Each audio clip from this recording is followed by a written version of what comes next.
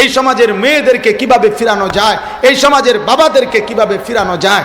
একটা একটা আল্লাহর বান্দাকে গুনার থেকে যদি বাঁচাইতে পারেন, জাহান্নাম থেকে বাঁচাইতে পারেন, তওবা করে যদি কাউকে আল্লাহর দিকে ফিরায় আনতে পারেন, খোদার কসম নবী বলছে আল্লাহর কোনো বান্দা যদি গুনাহ ছেড়ে তওবা করে আল্লাহর কাছে ফিরে আসে, খুশিতে মহান আল্লাহ ফেরেশতাদেরকে বলে আমার আসমান সাজিয়ে দে, আমার জান্নাত সব সাজায় দে। ফেরেশতারা বলে মাওলা কেন আসমান সাজাইলেন, কেন জান্নাত সাজাইলেন? আল্লাহ বলে আসলাহাল আবদু মাওলাহু, আজ এক গোলাম যে আমার থেকে ভাইগা গেছিল, যে আমার অনেক দিন সেজদা দেয় নাই, যে আমার অনেক দিন ডাকে নাই, যে আমার অনেক দিন গোলামি করে নাই, আমার এমন একজন ভেগে যাওয়া বান্দা আজকে আমি মাওলার সাথে তার সম্পর্ক ঠিক করে ফেলছে, তওবা করে চোখের পানি ছেড়ে দিছে, আমি তারে মাফ করে দিছি, এই খুশিতে আমি আসমান সাজিয়ে দিলাম, জান্নাত সাজিয়ে দিলাম। এজন্য ফিকির চাই, ফিকির চাই। সবাই চিনতে হবে জরুরি না, সবাই চিনতে হবে জরুরি না, সবাই সবার কাছে পরিচিত হইতে হবে জরুরি না, এটা মূল বিষয় না। মূল বিষয় হলো আল্লাহর দ্বীনের জন্য মেহনত করা, কলিজা ভরা ব্যথা নেওয়া। ফালা আল্লাকা বাখিউন নাফসাক, আমি আপনাদের কাছে অনুরোধ করলাম আপনি ওই পরিমাণ মেহনত করবেন যে পরিমাণ মেহনত করলে আরশে আজিমের মালিক বলবে বান্দা, আমার বান্দাদেরকে আমার দিকে ফিরাবার জন্য তুমি কি তোমার জান দিয়া ফেলবা, এই পরিমাণ বলবে। নবীকে আল্লাহ বলে নাই এ কথা যে বন্ধু আপনি কি মরে যাবেন, আরে আপনি কি জীবন দিয়ে ফেলবেন, এই পরিমাণ বলতে হবে। উম্মত গুনার সাগরে ঢেউ খেলতেছে, আপনারা বাচ্চা ছাড়া জানেন না। এক এক যুবক মোবাইলে রাত নাই দিন নাই, 3 দিনে 3 সপ্তাহ, 1 সপ্তাহ 2 সপ্তাহ। আপনাদের কেউ যদি আজকে 30 বছর এখনকার বয়স যাদের 60, এই বাচ্চা ছাড়া আপনারাও যদি এমন কেউ থাকে যে গত 40 বছরে হয়তো উনি সবসময় টেলিভিশন দেখছে, এই 40 বছরে আপনি টেলিভিশনে যত নাটক সিনেমা না দেখছেন, ওই 4 দিনে তার চাইতে বেশি মহিলার ছবি দেখতে লাইছে। হিসাব বুঝেন নাই? আমি ওইটা সমর্থন করছি না 40 বছরের গুনাহ, মানে বুঝাইতে চাইলাম গুনার মাত্রা এখন এত বেশি পরিমাণে বাড়ছে যে ছেলেরা, মেয়েরা, পুরুষেরা, সন্তানরা গুনার সাগরে হাবুডুবু খাচ্ছে, হাবুডুবু।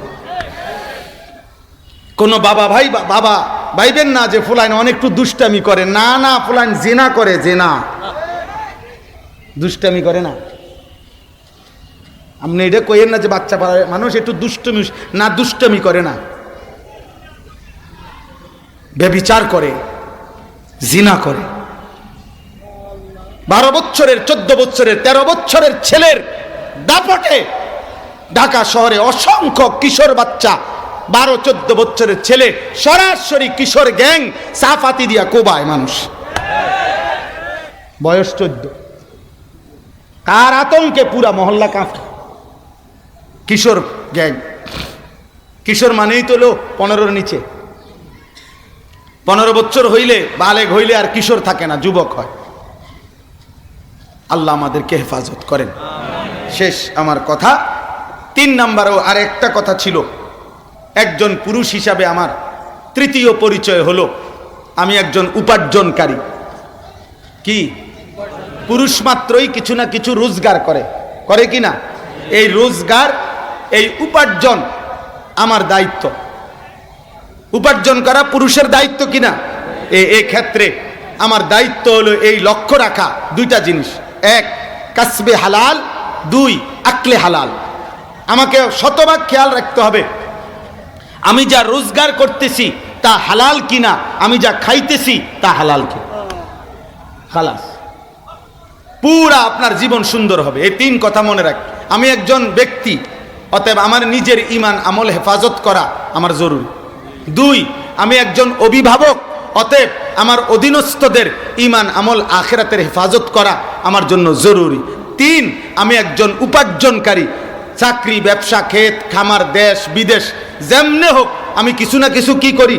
রোজগার করি। অতএব আমাকে লক্ষ্য রাখতে হবে আমার উপার্জন যেন হালাল হয়, খাবার যেন কি হয়? হালাল হয়। ইনশাআল্লাহ আপনি দেখবেন এই 3 জিনিস ঠিক নজর রাখলে আপনার আগামী গন্তব্য জান্নাত। সুবহানাল্লাহ। আল্লাহ তৌফিক দান করেন, আল্লাহ কবুল করেন, আল্লাহ হিম্মত দান করেন। আমিন। মুআজ্জাজ হাজিরিন, আমি শুধু আয়াতের তরজমা বলছি। হুয়াল্লাযী খালাকাকুম মিন তুরাবিন সুম্মা মিন নুতফাতিন সুম্মা মিন আলাকাতিন। আল্লাহ তাআলা বলে, বান্দা আমি আল্লাহ যিনি তোমাদেরকে সৃষ্টি করেছি মাটি থেকে, অতঃপর বীর্য থেকে, অতঃপর জমাট রক্ত থেকে। আমি আল্লাহই ধীরে ধীরে 7টা ধাপে আমি আল্লাহ তোমাদেরকে মায়ের পেট থেকে, পৃথিবী থেকে বের করেছি। সুম্মা ইউখরিজুকুম তিফলান, যেদিন আমি মায়ের পেট থেকে বের করলাম সেদিন আমি তোমাদেরকে শিশু হিসাবে বের করেছি। সুম্মা লিতাবলুগু আশুদ্দাকুম, ধীরে ধীরে আমি তোমাদেরকে পূর্ণ শক্তিতে পৌঁছাইছি, মানে যৌবন কাল দিয়েছি। সুম্মা লিতাকুনু শুয়ুখা, অতঃপর আমি তোমাদেরকে বৃদ্ধ বানিয়েছি। তাইলে আল্লাহ বললেন, বান্দা মনে রেখো, মাটিতে আমি তোমাকে আমি রাখছি, বীর্যের মধ্যে তোমাকে আমি রেখেছি, জমাট রক্ত, গোশতের টুকরা, হাড্ডির কঙ্কাল, গোশতের আবরণ, রূহ ফুঁকে দেওয়া, শিশুকাল, যৌবনকাল, বৃদ্ধকাল, এই সকল অবস্থার পরিবর্তন আমি করেছি। অমিনকুম মান ইউতাওয়াফা মিন ক্বাবলু, আমি কিন্তু সবাইকে যৌবন দেই না, সবাইকে বৃদ্ধ বানাই না, বরং অসংখ্য ব্যক্তিকে আমি আল্লাহ এই 3 স্তরে পৌঁছবার আগেই মৃত্যু দিয়ে ফেলি। কেউ ছোটবেলায়, কেউ যৌবনকালে, কেউ বৃদ্ধকালে। মৃত্যু হয় কি না? 3 বছরের বাচ্চা মরে তো, 30 বছরের যুবক মরে তো, 90 বছরের বৃদ্ধ মরে তো। ওয়ালিতাবলুগু আজালাম মুসাম্মা, আমি কিন্তু প্রত্যেককে আমি আল্লাহর নির্ধারিত হায়াত আমি পূর্ণ করে থাকি। কাউকে অকালে মৃত্যু দেই না, বরং আমার ফয়সালা মতে মৃত্যু দেই। ওয়ালাআল্লাকুম তাকিলুন, আল্লাহ বলেন এই যে বিচিত্র অবস্থা, একবার মাটি, একবার বীর্য, একবার জমাট রক্ত, একবার গোশতের টুকরা, একবার হাড্ডির কঙ্কাল, একবার গোশতের আবরণ, আরেকবার রূহ ফুঁকে দিলাম, আরেকবার শিশু বানাইলাম, আবার যুবক বানাইলাম, আবার বৃদ্ধ বানাইলাম, আবার অনেককে বৃদ্ধ পর্যন্ত নিলাম, অনেককে তার আগে আগেই মৃত্যু দিয়ে দিলাম। এই সবটা আমি আল্লাহ কেন করছি? এমন রকমের ওয়ালাআল্লাকুম তাকিলুন, যেন তোমরা বুঝতে পারো, বুঝতে পারো, বুঝতে পারো। কি বুঝতে পারো? যেন তুমি বুঝতে পারো আমার এই শরীর, আমার এই দেহ, আমার এই জীবনের উপরে আসলে আমার কোনো নিয়ন্ত্রণ নাই, আমার কোনো ক্ষমতা নাই। শিশু আমি কেন হলাম? আল্লাহ চেয়েছে। যৌবন আমার কেন পেলাম? আল্লাহ চেয়েছেন বলে। বৃদ্ধ আমি কেন হলাম? আল্লাহ চেয়েছেন বলে। আমি কেন হাসলাম? আল্লাহ হাসায় বলে।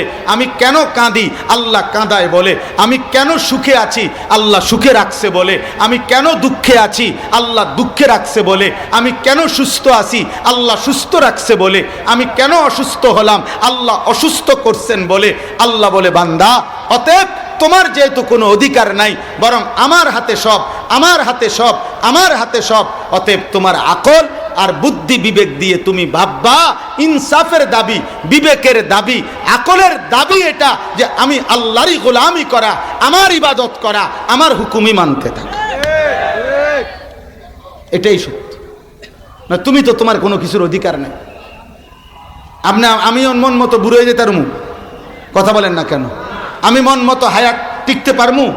তাহলে আমাদের নিজস্ব কিছু করার ক্ষমতা আছে? অতএব কার গোলামি করা উচিত? কার হুকুম মানা উচিত? এই কথাটাই আল্লাহ বলছে। অতএব আমরা প্রত্যেকেই নিজের যৌবনকে কদর করব, নিজের ঈমান আমলকে হেফাজত করব, আখলাককে হেফাজত করব। আজকের এই তিতাস উপজেলা ওলামা পরিষদের এই বর্ণাঢ্য আয়োজন আল্লাহ বরকত দান করেন, আল্লাহ তাআলা কবুল করেন। আল্লাহ তাআলা এই নওজোয়ান সহ ওলামায়ে কেরাম সকলকে ঈমান আমলের হিম্মত দান করেন। আমিন। সুবহানাল্লাহি ওয়া বিহামদিহি।